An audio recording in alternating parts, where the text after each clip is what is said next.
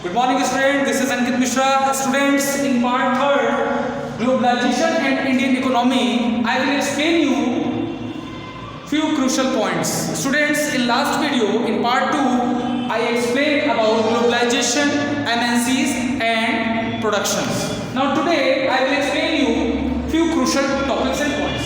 Let's see.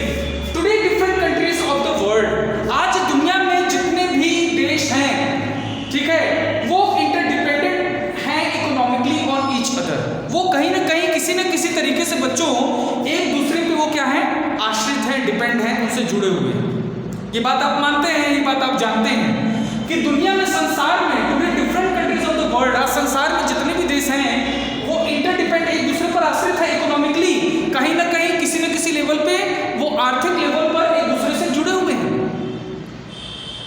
Impact of globalisation, अब हम बच्चों देखेंगे कि ग्लोबलाइजेशन का प्रभाव क्या पड़ता है किसी भी कंट्री पे या हमारे वर्ल्ड पे ही, पूरे संसार में ग्लोबलाइजेशन का क्या प्रभाव पड़ता है। सबसे पहली बात, देयर आर टू इम्पैक्ट्स। देखिए, दो प्रभाव पड़ता है, पहला नेगेटिव, सेकंड पॉजिटिव। पहला नेगेटिव, सेकंड पॉजिटिव।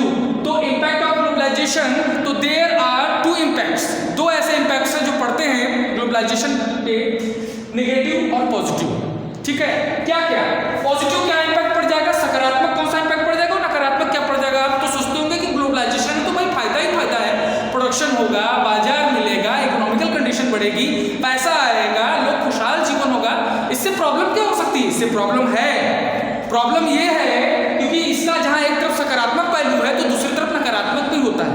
किसी भी केस में देखेंगे तो सबसे पहले हम इसका सकारात्मक देखते हैं, यानी पॉजिटिव देखते हैं कि क्या इससे प्रॉफिट है, क्या फायदा है। देखिए, if foreign companies visit India, suppose हम लोग भारत के हैं तो लोग भारत को भी यहाँ पर इंडियन इकोनॉमिक्स को लाएंगे, ठीक है, सब लोग ध्यान रखिए। If foreign companies visit India, यदि कह रहा है विदेशी कंपनियां भारत में आती हैं, so many job opportunities create for Indians. यहाँ मैंने व्यापारी, फार्मर्स, पीजेंट, इनका नाम नहीं लिया, मैंने सिर्फ इंडियन का दिया, तो इसका मतलब सभी भारतीय उसमें सब है, ट्रेडर्स भी हैं, टीचर्स भी है, लॉयर्स भी है, बिजनेसमैन भी है, पीजेंट भी है, किसान भी है, सब व्हाटएवर।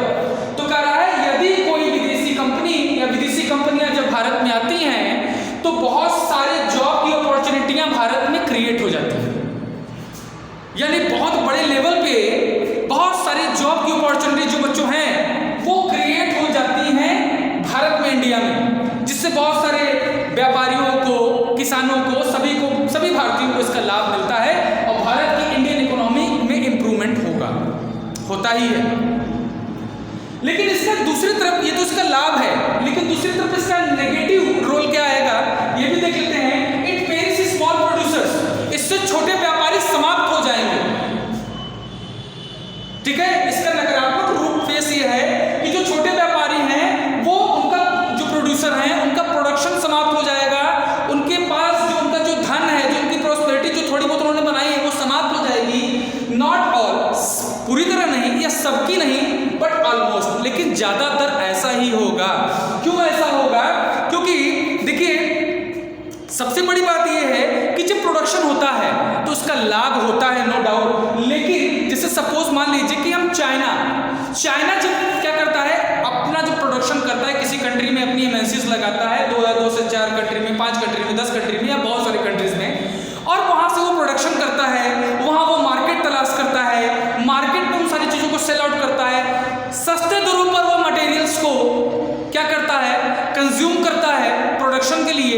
प्रोडक्शन करने के बाद उसकी जो पैकेजिंग होती है अट्रैक्टिव बनाता है, मार्केट में उसको लॉन्च करता है और उसके बाद सस्ते दरों पर लोगों तक वो उसे अवेल कराता है, जिससे भारत के जो लघु कुटीर उद्योग से जुड़े हुए जो व्यापारी हैं, मर्चेंट हैं, जो थोड़े महंगे दरों पर प्रोडक्शन को उन्होंने किया है, अपने प्रोडक्ट को तैयार किया है, उनकी वस्तुएं मार्केट में नहीं बिक पाती हैं, जबकि चाइना या दूसरे कंट्रीज के बनाए गए सस्ते दरों पर जो प्रोडक्ट्स हैं वो तेजी से बिकते हैं। क्यों बिकते हैं? क्योंकि उनकी वस्तुएं सस्ती हैं। लोगों को इससे मतलब नहीं कि उनकी वस्तुएं कितनी चीप हैं, घटिया हैं, या फिर वो यूजलेस हैं, जल्दी खराब हो जाएंगी, लेकिन चूंकि उसका पैकिंग अट्रैक्टिव है, देखने में सुंदर है और उसका जो कॉस्ट है वो भी आपके बजट में, आपके जेब के हिसाब से है।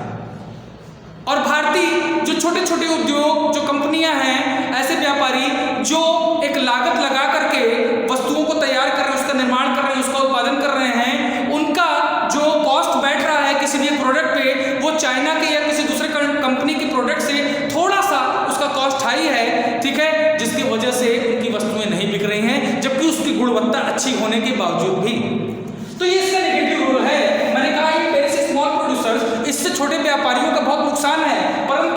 सबका नहीं, लेकिन ऑलमोस्ट बहुत सारा इससे नुकसान भी देखने को मिलता है, यानी छोटे व्यापारियों को इससे बहुत सारा नुकसान होता है।